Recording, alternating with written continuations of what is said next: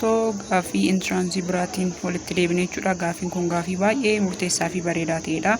Qalbiidhaan ilaalaan siniin jedha. Gaaficha paawus godhaa dubbisaa jalqaba aneesoon solving godhin dura ofii keessaniif shaakaluudhaaf yaada. Gaafiin akkasii baay'ee deddeebiidhaan dhufu waan ta'eef fookasii itti godhaan jedha. So kara solushiniitti itti deemnaa jechuudha. Solution maal jedha gaafiin the sum of age of the father and his son is equal to 16 years. 6 years ago, age of the father was 5 times age of son. What will be age of the son 6 years from now?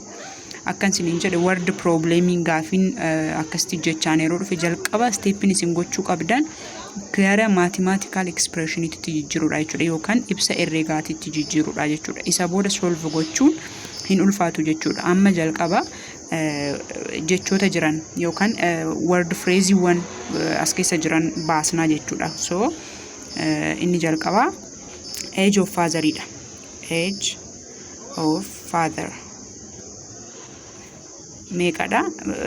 F haa jennu, let's say age of father F haa jennu, achiyoo age of son S haa jennu jechuudha. Age of father in F dha, age of son in S dha. Age of father plus age of son in 60 nuun jedhe. Kuni guys kuni amma now akkuma argitan gaafii irratti 6 years from now 6 years ago jedhamee ture. Kuni garuu ammadha jechuudha. Waggaa 6 dura waggaa 6 booda waan jedhu jira. Kuni ammadha. Now it's now sum of age of father and his son is equal to 60 years jedha jechuudha. Waggaa 60 kanaaf expressioniin inni tokko yookaan ibsi herregaa inni tokko age of father plus age of son is equal to 60 dha jechuudha. Amma hima tokko argannee jirra jechuudha. Achi itti aansee himni biraa kan nuti baasnu age of father 6 years ago age of father was 5 times age of son jedhamee ture. 6 years ago namma fakkeenyaaf 5 times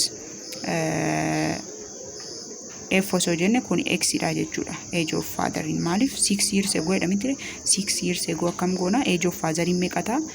Age of father in F dha jenne mitire 6 years ago yoo jedhe hir'isuu 6 jechuudha. Waggaa 6 narraa jechuudha. Haaluma kanaan waggaa 6 narraa waggaa umurii abbaa qofa miti jechuudha kan irratu.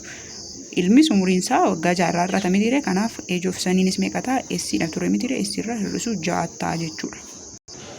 Kanaaf bakka kanatti sirriitti xiyyeeffannoodhaan adda baafadhaa jechuudha. Age of father in waggaa 6 dura akkana ta'a, kan ilmaa immoo akkana ta'a jechuudha.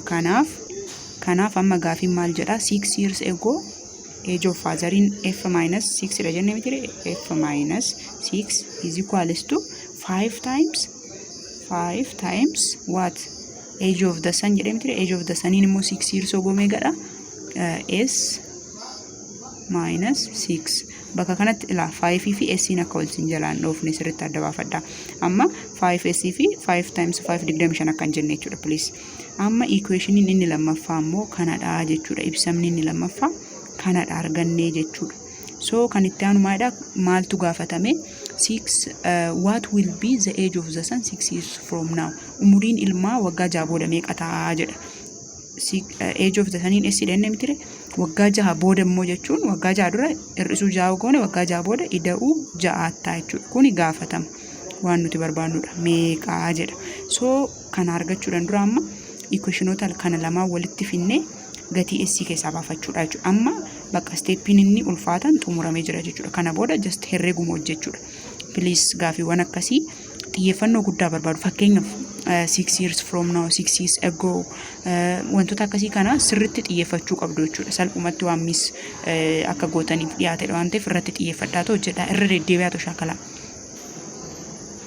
Gaafii kanayyuu like lakkoofsa isaa jijjiiruudhaan sirriitti faamilii akka isin wajjin ta'uuf shaakalaa jechuudha. So amma kallattumaan gara furmaata keenyatti deemnaa jechuudha. Equationota kana lama walitti finnaa jechuudha.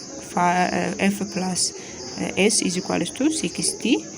Achi F minus 6 is equals to 5. Kore kana akkasitan godha 5 S minus 6 dha jechuudha. So karaa adda addaatiin furuu hin dandeessu. Ani garuu karaa salphaasaa jalqaba kana keessaan gatii f baasaa jechuudha. Fakkeenyaaf ammas biratti f minus 6 is equals to 5 times 5 times 6 minus 30 jechuudha. So f meeqa ta'a? F is equals to 6 karaan dabarsina jechuudha. 5s 30 karaan yoo dabartu maal taati? Ida'uu taati jechuudha. Ida'uu 6. F is equals to 5s minus 30 plus 6 meeqa? 24 jechuudha. Done. Gatii ifaa arganne jechuudha. Gatii ifaa kana maal goona? Equation kana keessa galchina jechuudha. F kanaan wal qixa jechuudha. Kanaaf amma f plus s is equals to 60 dha miti. F keenya maalidha? F keenya 5s minus 34 dha jechuudha. So what we're gonna do 5s minus 24 ida'u s ta'a. By the way jaamiti 60 kun 60 miti 60 dogoggoradha jechuudha. 60 godhara. Itti meeqa ta'a? 60 jechuudha. Kana sirriitti irra deebi'aa ilaala. Kuni 5s bakka f tan buuse jechuudha. 5s minus 24 plus s 60 jechuudha. Amma immoo maal goona? Variable lakkoofsicha karaa dabarsine variableota walitti hidhaana jechuudha. 5s plus s is equals to 60. Kuni karaan yoo darbu ida'uu ta'a miti 24. 5s ida'uu s meeqa? 6s is equals to 60 ida'uu 24 meeqa? 84. Hiruu 6 s meeqa ta'a? 14 gatii s arganne jechuudha. Garuu kun deebii keenya isa dhumaatii miti. 5s kuni umurii ilmaa isa ammaati jechuudha. It's now. Kan gaafatamne garuu meeqa? Waggaa 6 booda jechuudha. 5s umurii ilmaa isa ammaati. Kan nuti gaafatamne waggaa 6 booda. Kanaaf maal gochuu qabna? Isa kanarratti 6 ida'uu qabna jechuudha. Equation karaa kanaatti dhufna jechuudha. Kan gaafatamne maal? S plus 6 dha miti. S keenya meeqa? 14. Ida'uu 6 meeqa ta'a? 20 jechuudha. Umuriin ilmaa waggaa 6 booda 20 ta'a jechuudha. Kanadha. Please irra deebi'aa ta'u ilaalaa gaafichi kana fakkaata. Solution isaa gadhuma kana fakkaata. Umuriin ilmaa 20 deebiin keenya maal ta'a? Caa ta'a jechuudha. So kana fakkaata. Irra deebi'aa ilaalaa. Please share godhaa hiriyoota keessaniif. Akkuma argitan gaafii tokko hojjechuun daqiiqaa 7 ol fudhata. Viidiyoo tokko dirqama gaafii tokkoon kan hojjetamu. Kanaaf yeroo fudhata waan ta'eef share godha. Ijoollee baay'ee bira akka ga'uun barbaada. Anaa fi Saamilee naa ta'a. Chaanaalii kana immoo subscribe godhaa. Koomentii barreessaa. Gaafii yoo qabaattan gaafadhaa. Itti fufnaa jechuudha. Paartiidhaan itti fufnaa haga danda'ame isinan gargaaraa jechuudha. Galatoomaa.